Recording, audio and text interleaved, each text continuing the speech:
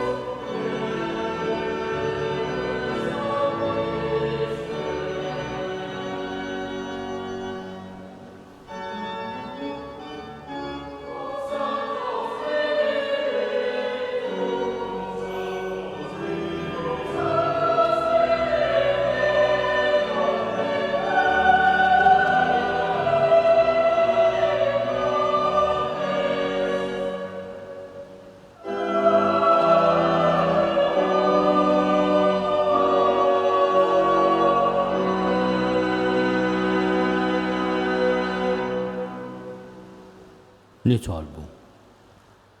U Alla li tqassam kollox biħsieb tal-aġeb. Nitolbu li tiba tiegħek għall-art twelidna biex ikollna mexxejja bil-għaqal u ċittadini ta' ħajja ta' ġieħ li wettqu kollox fil-għaqda tal-qlub u bil-ġustizzja. Ħangawdu dejjem ir-risq it-tajjeb bis-sliem. Bibnek Ġesu Kristu Sidna li hu Alla u miegħek jgħix u jsaltan flimkien mal-Ispirtu Santu għal dejjem ta' dejjem.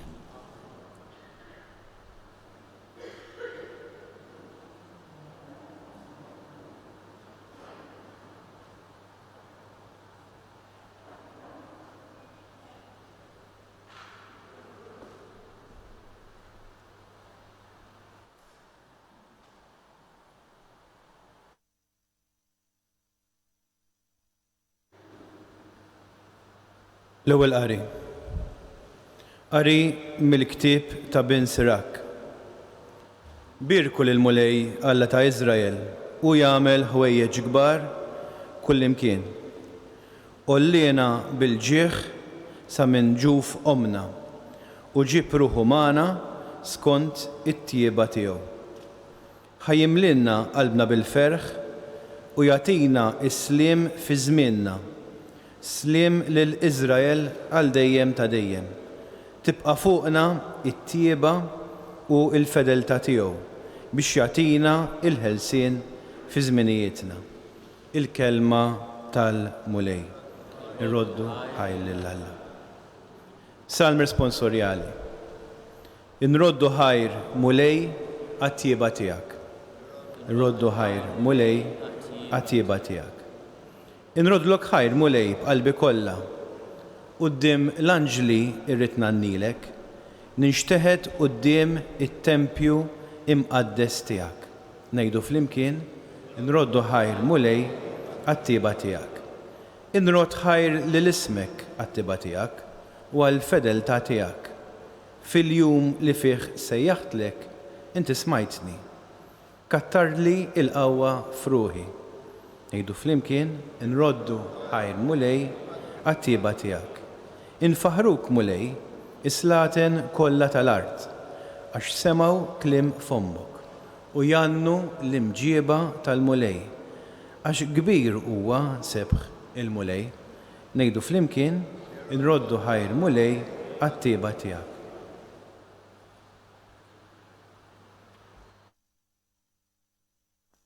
It-tieni qari. Qari mill-ewwel ittra ta' San Pawlu Apostlu. Ħuti. Grazzja lilkom u sliem minn Alla missierna u Sidna Ġesu Kristu. Jiena niżik ħajr dejjem lil Alla tiegħi minħabba fikom għall grazzja ta' Alla li ngħatat lilkom fi Kristu Ġesu. Li fih intom stanejtu f'kollox, f'kull kelma, f'kull erf, skont max-xhieda ta' Kristu kienet imwettqa fikom.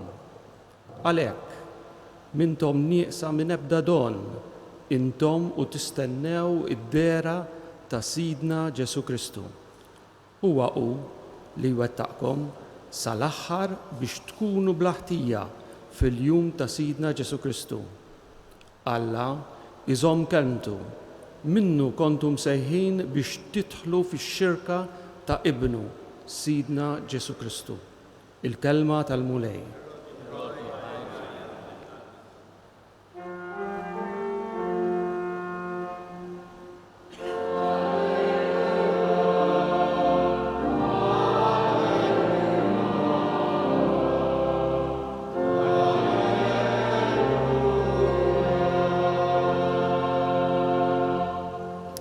Il-mulej jgħid, qedtilkom dan biex il-ferħ tiegħi ikun fikom u biex il-ferħ tagħkom ikun fil-milja tiegħu.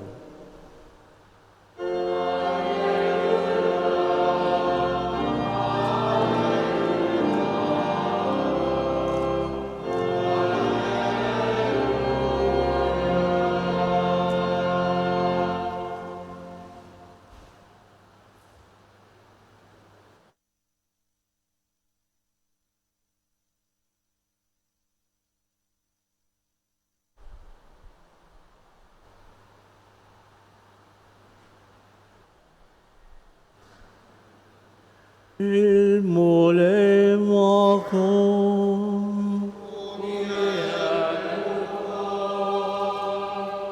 Ari mill-Evangelium skont San Ġwan.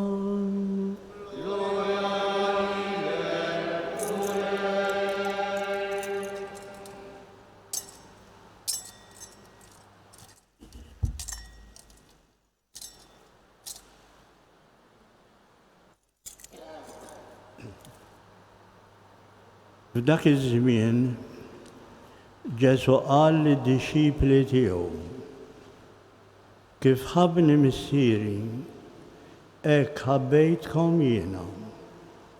Ibqgħu fl-imħabba tiegħi. Jekk tħarsu l-kmandamenti tiegħi, intom tibqgħu f'imħabbti.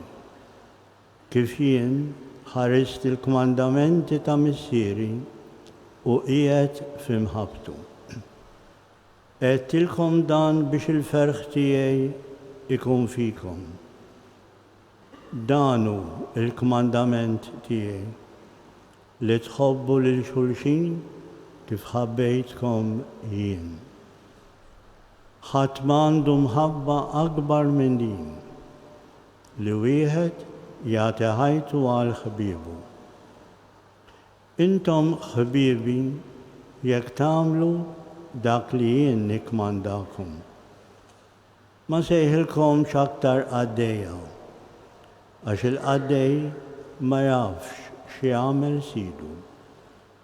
Sejjaħtilkom ħbieb, għaliex kull ma smajt minn għand missieri jiena għarraftulkom. Mhux intom għażiltu lili, iżda jien għażilt lilkom. U ħtartkom biex tmorru tagħmlu l-frott u l-frott tagħkom jibqa'. Ħalli kull ma titolbu lill-missier f'ismi huwa jagħtihulkom. Dan hu li jiena nikkmandakom li tħobbu lil xulxin. Il-kelma tal-mulej.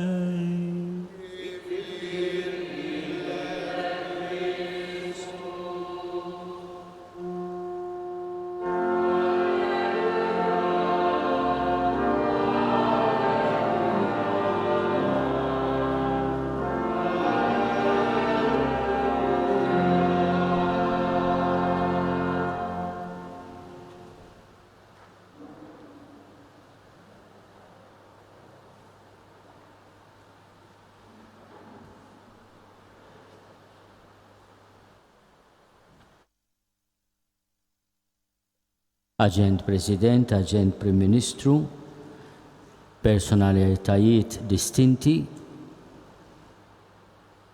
dear members of the Diplomatic Corps,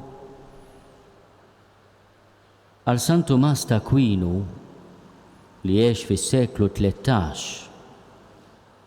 Il-liġi hija il-ħakma tar-raġuni biex jintlaħaq il-ġid komuni.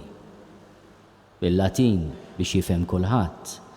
Ordinatio rationis ad bonum commune. Din il-ħakma tar-raġuni, din l-ordinatio, hija l-essenza tal-ġustizzja. Dik il-virtu kardinali u m'għandniex naqsmu ma' dawk li jilbsu bl-aħmar hawnhekk, li tnissel u trawem relazzjonijiet fis-soċjetà skont kriterju ġust u ekwu. Il-promozzjoni tal-ġid komuni hija l-promozzjoni tal-ġustizzja soċjali.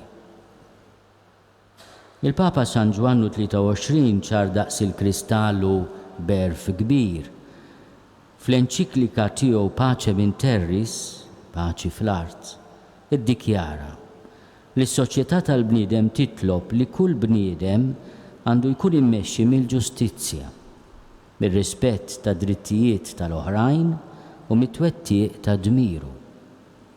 Titlob ukoll li l-bnedmin ikunu mqanqla minn imħabba li ġġelhom iħossu l-ħtiġijiet tal-oħrajn daqs li kieku kienu tagħhom stess u twassalhom biex jaqsmu ġidhom mal-oħrajn u jħabbirku biex il-bnedmin kollha ikunu l-koll werrieta tal-valuri intellettwali u spiritwali l-iktar nobli. U lanqas dan mu biżejjed għax is-soċjetà tal-bnedmin tgħix bil-libertà, jiġifieri bl-użu ta' mezzi li huma konsistenti mad-dinjità individwali ta' kull membru tagħha, li minħabba li huwa mżejjen bir-raġuni jassumi r-responsabbiltà ta' emilu. Il-bnedmin kemm bħala individwi u kemm miġbura flimkien għandhom bżonn jagħtu s-sem tagħhom għal ġid komuni. Konsegwenza ta' dan huma jridu jarmonizzaw l-interessi personali tagħhom mal-ħtiġijiet tal-oħrajn u joffru l-ġid u s-servizzi tagħhom kif jidderiġu l-mexxejja tagħhom waqt li wieħed jassumi, ovvjament, li qed tiġi mħarsa l-ġustizzja u li l-awtoritajiet qed jaġixxu fil-limiti tal-kompetenza tagħhom.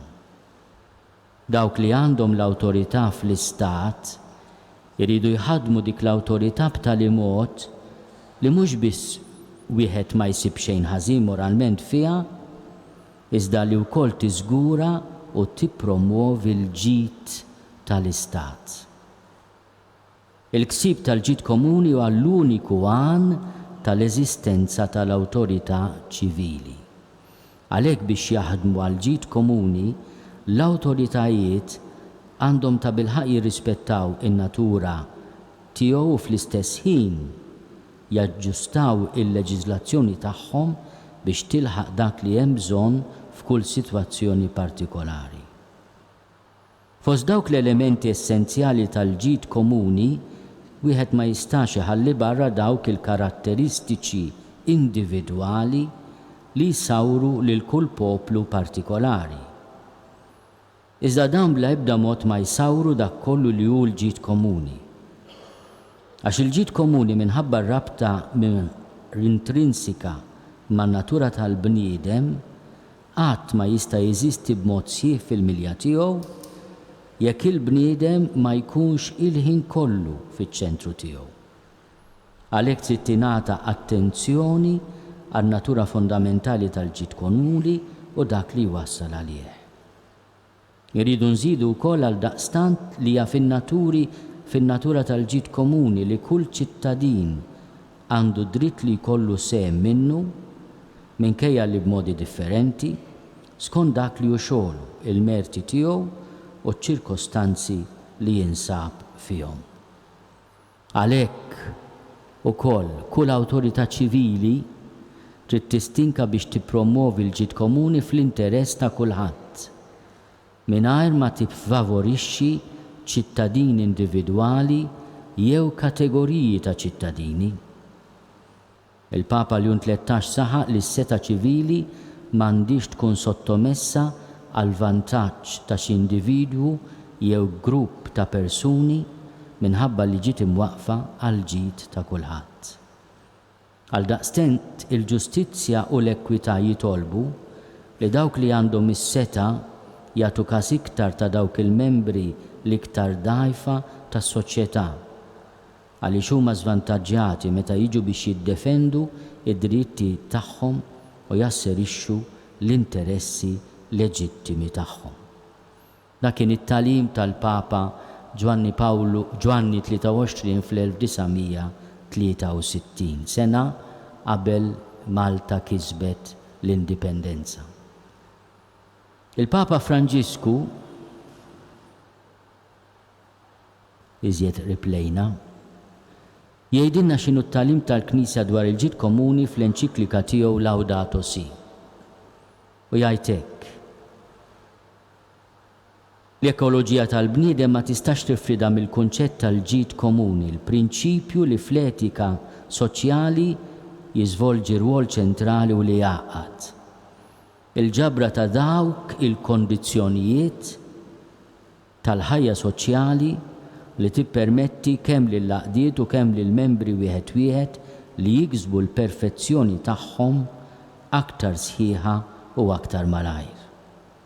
Il-ġid komuni jitlob ir-rispett tal-bniedem bħala tali, bil-jeddijiet fondamentali u inaljenabbli ordnati lejn l-iżvilupp sħiħ tiegħu. Jeżiġi wkoll dak li s-soċjetà tfittex għal ġid u s-sigurtà tal-persuni u l-iżvilupp ta' diversi gruppi intermedjarji billi japplika l-prinċipju tas-sussidjarjetà. Fost dawn tispikka speċjalment il-familja bħala ċellola primarja tas-soċjetà. Fl-aħħar nett il-ġid komuni jsejjaħ għal paċi soċjali, l-istabilità u s-sigurtà ta' ordni li ma tistax tintlaħaq mingħajr attenzjoni partikolari lejn il-ġustizzja distributtiva. Bil-ksur tagħha dejjem vjolenza ġġib. Is-soċjetà kollha u fiha speċjalment l-Istat għandha l-obbligu li tħares u tippromuovi l-ġid komuni. Fil-qagħda attwali tas-soċjetà dinjija fejn naraw tant inġustizzji u numru dejjem akbar ta' persuni li qed jiġu mormija imċaħda mid-drittijiet fundamentali tal-bniedem, il-prinċipju tal-ġid komuni jsir immedjatament b'mod loġiku u b'konsegwenza ovvja sejħa għas-solidarjetà u għażla preferenzjali favur l-iżjed foqra. Din l-għażla titlob minna li narfu l-implikazzjonijiet tad-destinazzjoni komuni tal-ġid tal-art. Imma kif jgħid il-Papa Franġisku ippruvajt nuri fl-eżontazzjoni apostolika Evangelii Gaudium teżiġi li qabel xejn nikkontemplaw id-dinjità tantolja tal-fqir fid-dawl tal-aqwa konvinzjonijiet tal-fidi. Biżżejjed inħarsu lejn ir-realtà tagħna biex nifhmu li llum din l-għażla hija eżiġenza etika fondamentali biex jista' jitwettaq b'mod effettiv il-ġid komuni.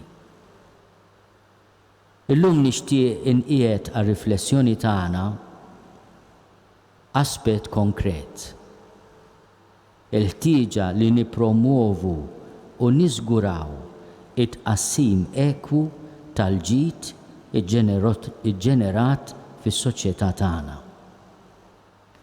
Wieħed mill-mekkaniżmi għal dan it-tqassim ekwu huwa l-apprezzament tax-xogħol li permezz tiegħu il-kapital jinbidel f'ġid.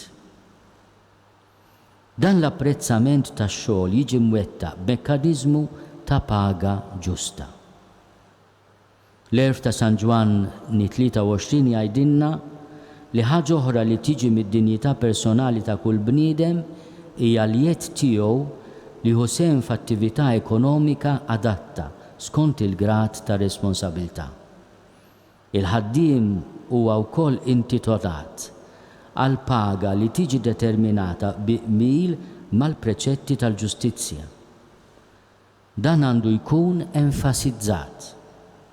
Il-ħlas li ħaddiem jirċievi għandu jkun biżżejjed fi proporzjon mal-fondi li huma disponibbli biex hu u l-familja tiegħu jgħixu livell ta' ħajja konsistenti mad-dinjità tal-bniedem. Il-Papa Piju XII fissira b'dan il-mod in-natura timponi x-xogħol fuq il-bniedem bħala dmir. U l-bniedem għandu dritt naturali korrispondenti mal-fatt li x-xogħol għandu jipprovdilu mezzi ta' għajxin għalih u għal uliedu. Daw għal mod imperattiv u kategoriku kif il-bniedem jippreserva lilu nnifsu. Għandna nistaqsu li nfusna jekk il-ġid li qed tinħoloq fis-soċjetà tagħna hux qed joħloq fl-istess ħin disparità ekonomika. Jekk hux qed joħloq oligarkija ta' nies li huma onja ħafna waqt li jġib lil ħaddiema f'sitwazzjonijiet fejn lanqas jistgħu jħallsu kull xahar il-kera għal dar diċenti fejn joqogħdu. Fejn il-liġi ta' dak li hu meħtieġ u dak li jingħata tad-demand and supply qed iġġib lil ħafna nies f'sitwazzjonijiet fejn tintilef it-tama u fejn il-ġejjieni huwa mudlam. Il-wol ta' gvern huwa li jiżgura li ċ-ċittadini Maltin ikomplu jgawdu l-livell ta' għajxien dinjitus f'pajjiżhom. Dan jinkludu wkoll il-ħila ta' familji bidħul baxx, koppji żgħażagħ li qed jibnu l-familji tagħhom u pensjonanti li jgawdu djar diċenti fejn jgħixu, nutrizzjoni xierqa, edukazzjoni tajba u servizzi tas-saħħa.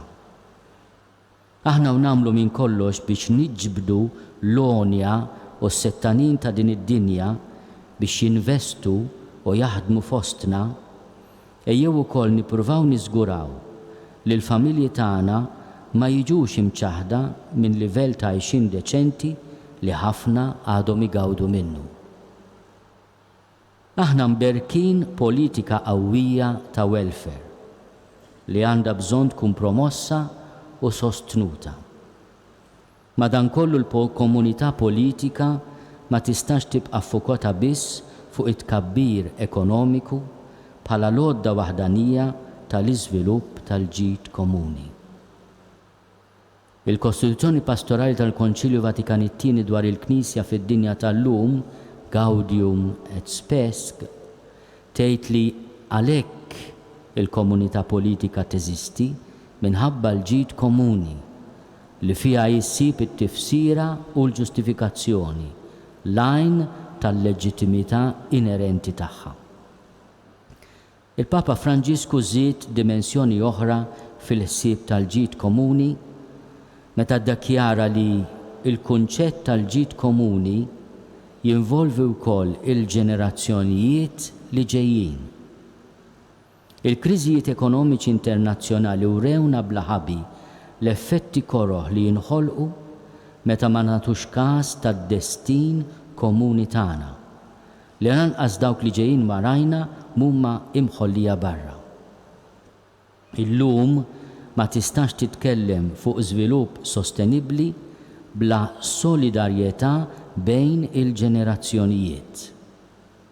Meta naħsbu fuq il-qagħda li fiha ħanħallu l-pjaneta lil ġenerazzjonijiet ta' warajna, jiena ngħid il-qagħda li fes inħallu art welidna lil ġenerazzjonijiet ta' warajna, nidħlu f'loġika oħra. Dik ta' don li b'xejn irċivejnieh u b'xejn irridu nagħtuh.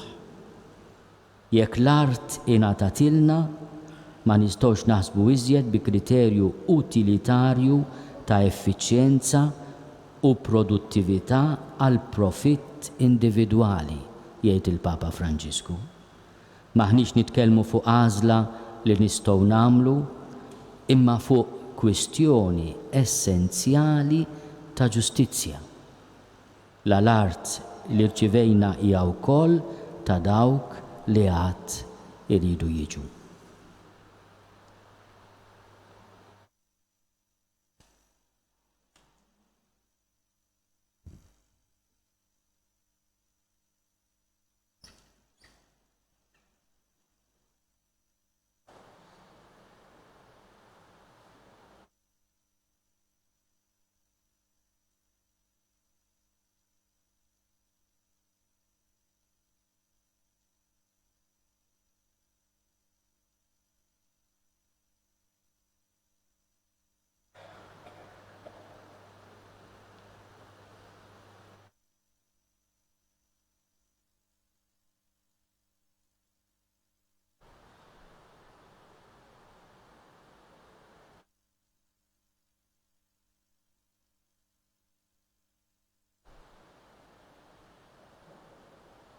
Miġburin flimkien f'xirka waħda ta' mħabba, nitolbu lill-Alla biex jagħtina l-għajnuna kollha li neħtieġu ħalli l-kol flimkien naħdmu għal ġid ta' pajjiżna u tal-poplu kollu tagħna.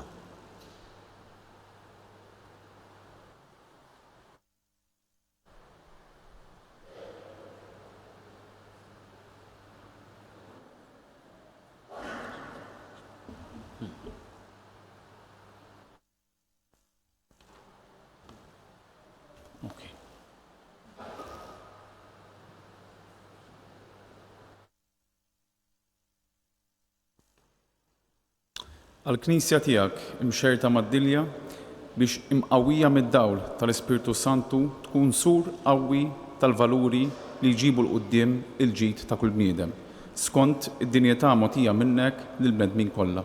Nitolbu. Ismana nitolbuk mulej. Għal-mexxejja ta' pajjiżna biex jilleġislaw għal ġid komuni skont il-prinċipju tal-ġustizzja u l-ekwità.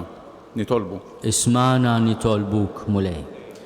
Għall-insara li jinsabu persegwitati minħabba twemminhom biex ikollhom il-kuraġġ u l-qawwa li jaħfru lil min jippersegwithom u biex ikollhom il-libertà li jemmnu u jistqarru twemminhom mingħajr biża'. Nitolbu. Ismana nitolbuk mulej. Għaċ-ċittadini kollha Maltin biex bil-għaqal u l-bżulija ma jħallu qatt ir-rejba għal ġid u l-flus jirbħu fuq il-valuri tas-solidarjetà u l-għaqda fil-familji u fis-soċjetà. Nitolbu. Ismana nitolbuk mulej. Għalina il-koll l-inġbrarna biex irrodulek ħajr għal dak li għamilna poplu, biex napprezzaw ntejbu l-ġid u l-valuri li għaddewlna mis-sirijietna u ngħadduhom lil uliedna. Nitolbu. Ismana nitolbuk mulej. Mulej Alla tagħna li fik jibda u jintemm kollox, isma' t-talb li qegħdin nagħmlulek illum. U fil-ħina tiegħek għajna dak li bil-ħila tagħna ma naslux biex inwettqu għax bnedmin dajfa. Bi Kristu Sidna.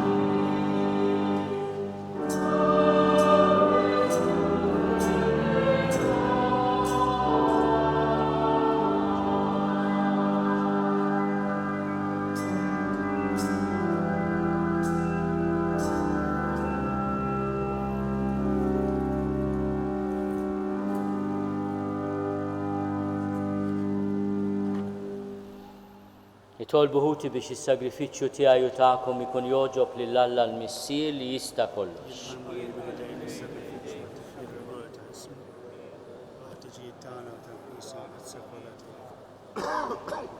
Il-qamu lej is-sagrifiċċju li se nofrulek biex infaħruk u niżżuk ħajr għal grazzi li tajtna, għamel li kull ma tajtna bla ma jistoqilna niqdew bih għal glorja ta' ismek bi Kristu Sidna. Il-mulej ma'kom, nerfgħu lubna l-fuq, niżuħaj l-mulej Alla tagħna, sewa u xieraq tas-sew mulej missier qaddis tajjeb u taġid tas-salvazzjoni tagħna li dejjem kullimkien inrodulek ħajr bibnek Ġesu Kristu, il-verb tiegħek li biħamilt kollox, li nbattunna bħala Salvaturu feddej magħmul bniedem mill-Ispirtu Santu u mwielet minn Marja Verġin. U għatem irida tiegħek u kiseb għalik poplu qaddis u fil-passjoni tiegħu fetaħ idej fuq is-salib biex iħonna mill-irbit tal-mewt u jurina l-qawmien għal-ħajja. Għalhekk flimkien mal-anġlu l-qaddisin kollha inxandru l-glorja tiegħek u bleħen wieħed intennu.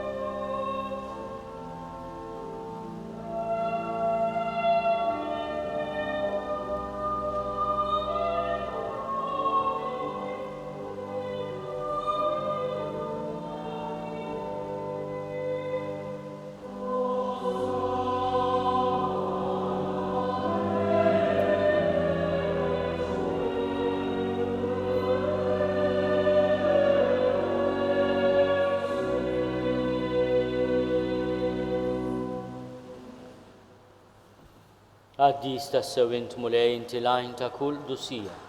Għaddis għalek nitolbuk dawn l-offerti bil-barka tal-Ispirtu tiegħek biex isiru għalina il-ġisem u d-dem ta' Sidna Ġesu Kristu. Li meta kien se jingħata biex minn raj ħibati ħalħoqs ratti l-ħajr qasam tali d-dixxipli tiegħu u qal ħudu u kulu l-koll minn dan għax dan huwa ġismi li jingħata għalikom.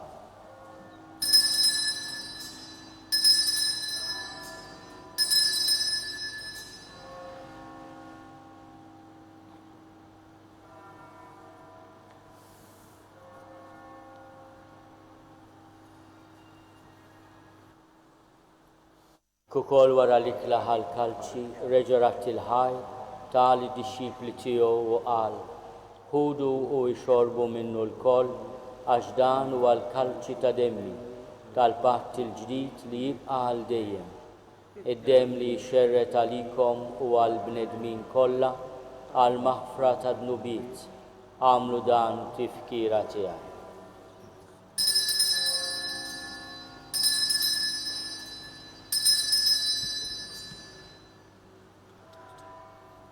Dan hu l-misteru tal-fidi.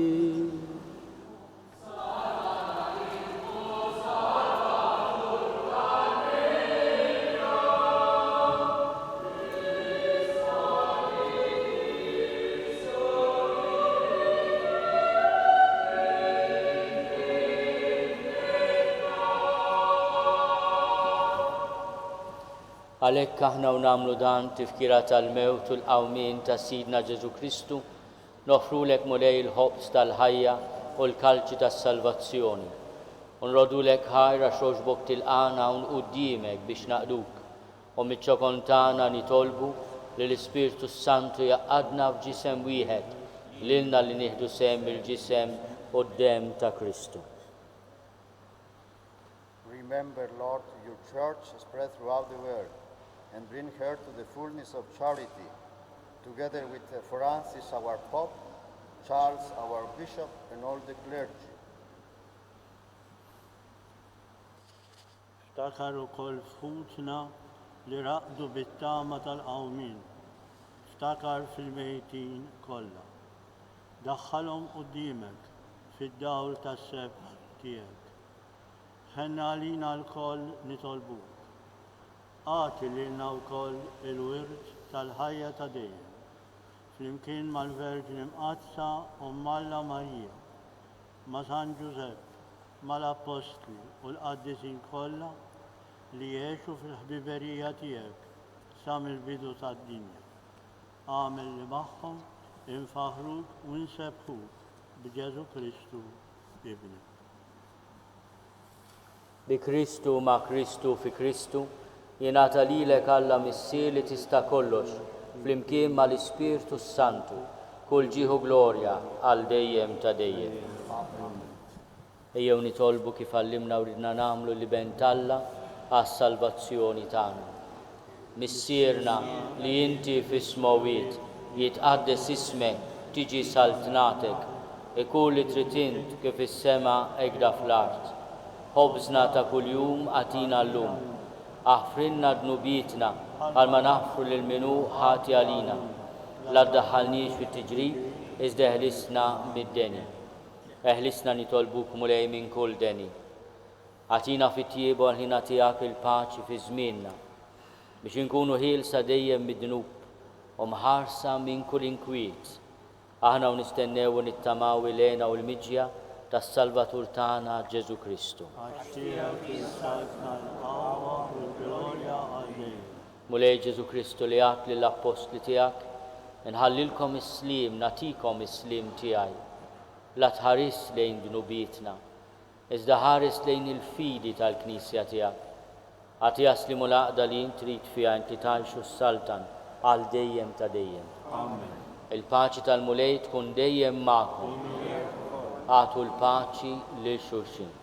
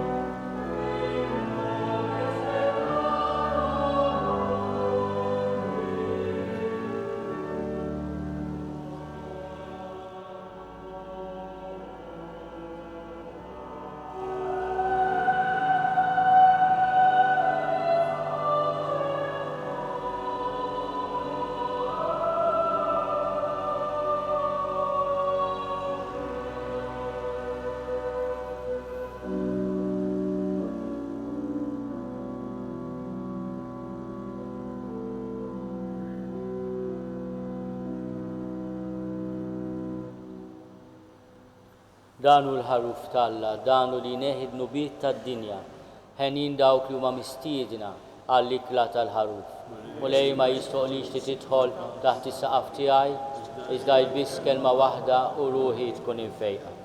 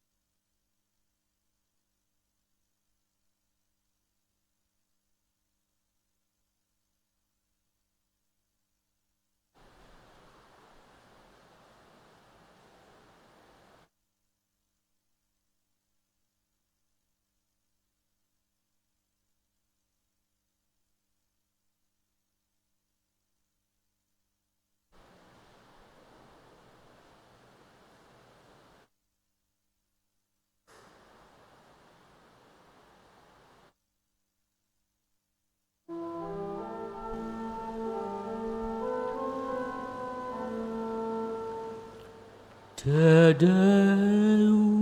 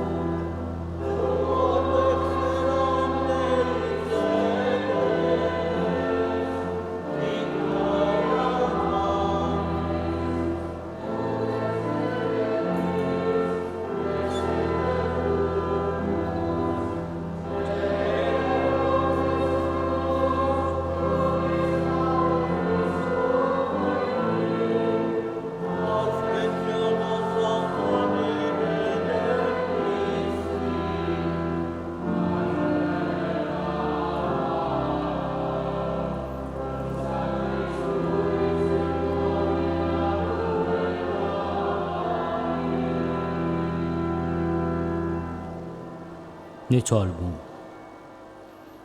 Mulej inti titmana b'dan is-sagrament imqaddes, fit-tiba tiegħek għatina dejjem lajnuna biex bis-saħħa ta' dawn il-misteri niksbu l-frott tal-fidwa li tajtna bi Kristu Sidna.